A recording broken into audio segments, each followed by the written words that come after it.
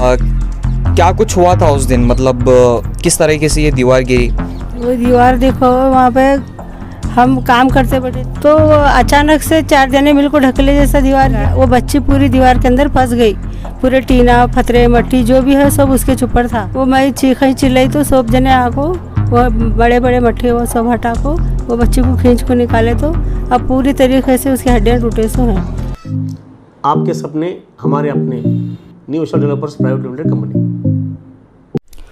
Hello दोस्तों, स्वागत है आपका हमारे इस चैनल एफएम गाइड में। ये जो अभी आप मेरे पीछे तस्वीरें देख रहे हैं, ये दहशत भरी तस्वीरें दरअसल एक खौफनाक दास्तान बयान करती हैं। एक ऐसी दास्तान जिसने फातिमा बेगम और उनके परिवार का बहुत बुरी तरीके से हिम्मत तोड़ देने वाला ये हादसा हुआ है। जहाँ पर आप देख सकते हैं हमारे पीछे ये जो है घर की एक दीवार बिल्कुल पूरी तरीके से गिर चुकी है। यहाँ पर कभी एक दीवार हुआ करती थी जो गिर गई, और ना सिर्फ गिरी है बल्कि इनकी 24 साला बेटी जिनका नाम मोना शीरीन है, उनके खांधे को और पैर को बुरी तरीके से ज़ख्मी कर दिया गया है।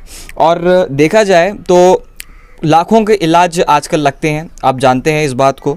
और फातिमा बेगम जो अभी हमारे साथ जुड़ी हुई हैं, जिनका ये घर है, जो अपने बच्चों के साथ यहाँ पर रहा करती थी, तो आइए इनसे जानने की कोशिश करते हैं कि क्या कुछ हुआ था। जी, क्या कुछ हुआ था उस दिन, मतलब किस तरीके से ये दीवार गिरी? वो दीवार देखो, वहाँ पे हम काम करते बैठे थे, उधर काम करते बैठे थे। तो अचानक से 4 जने मिलकर ढकले जैसा दीवार गिर गई, ऊपर से करंट भी चलेगा। वो बच्ची पूरी दीवार के अंदर फंस गई।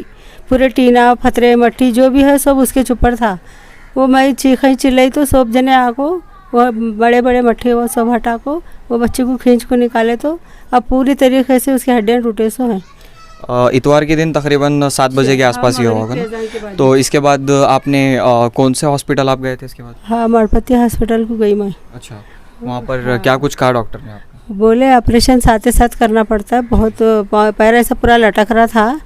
उन्होंने बोले साथ ही साथ करना पड़ता है। बोले तो मैं बहुत गरीब हूँ, तो और मेरे पास कुछ नहीं है ऑपरेशन करने के वास्ते, थोड़ी बहुत आपकी मदद से कुछ कर सकते होंगे तो करो सर, कोशिश आपकी। बोले तो कुछ कोशिश करे, जैसा चांसेस नहीं है, चुप तुम्हारी दिल की तसल्ली के वास्ते एक प्लास्टर के टेप में पट्टी बन, तो उसके बाद आप कर ले। गवर्नमेंट से कहाँ भी जाओ, क्या भी कुछ तो भी करो, इंतज़ाम कर लियो। अब रहने को घर भी नहीं है मेरे पास, मैं कहाँ जाकर रहूँ? डॉक्टर साहब बोले तो आप उन्होंने अपनी रूम की चाबी दिए। मैं अब तक ख्वाहिश थी, आज सरकारी दवाखाने को आज बच्ची को एडमिट कराई हूँ। जी, हाँ। आगे क्या कहा है, मतलब किसी और हॉस्पिटल को रिफ़र कराया जाएगा और कितना कुछ खर्चा आ रहा है ऑपरेशन के? मरपति सर बोले 60,000 रुपये तक का खाली पैर के खर्च आता बोले थे। फिर कल ये हाथ नहीं उठ रहा बोल को देखे तो वो भी हड्डी हाथ की भी 2 जगह टूट गई है, उसका भी ऑपरेशन करना पड़ता है बोले। जी। फिर आप नहीं है साहब, कुछ भी कैसा करो बोले तो अब देखो क्या करते हैं, तुम्हारी मर्जी है, आप घर को जा सकते हैं बोले तो। अब मेरे पास घर रहने को घर ही नहीं है, मैं सरकारी दवाखाने को ले को जाना बोल को मैं ले को गई। फिर जाके डॉक्टर साहब भी बोले ऑपरेशन मैं करता हूँ, फिर जो भी लगेगा बाहर का सामान वगैरह क्या भी लगा तो वो आपको लाना पड़ता है बोले। तो मेरे पास वो भी नहीं है, 1 रुपया भी नहीं है सर मेरे पास, मैं क्या करूँ बोल को। अभी आपका घर कैसे चलता है, मतलब कौन कमाता है, कैसे? एक बच्चा है कमाने वाला, जी। वो बच्चा काम करता है, उन्हें लाया तो हम खाने का था। अब वो पानी की वजह से कारोबार भी नहीं है, पहले तो लॉकडाउन की वजह से भी नहीं था, और फिर अब बारिश की वजह से भी नहीं है। अब फ़िलहाल वो बच्ची को उठा नहीं सकती मैं अकेली, उतनी बड़ी बच्ची है, तो वो बच्चा और मैं मिलकर उसको उठाते बिठाते हैं। इतना अब 10:30 उसकी खिदमत में बैठे वाले हैं। अभी तो फ़िलहाल कारोबार नहीं है, आसपास के पड़ोस हम आपको खाना दे रहे हैं, हम खा रहे हैं। रहने के वास्ते तो बिल्कुल ठिकाना नहीं है अब हमारा।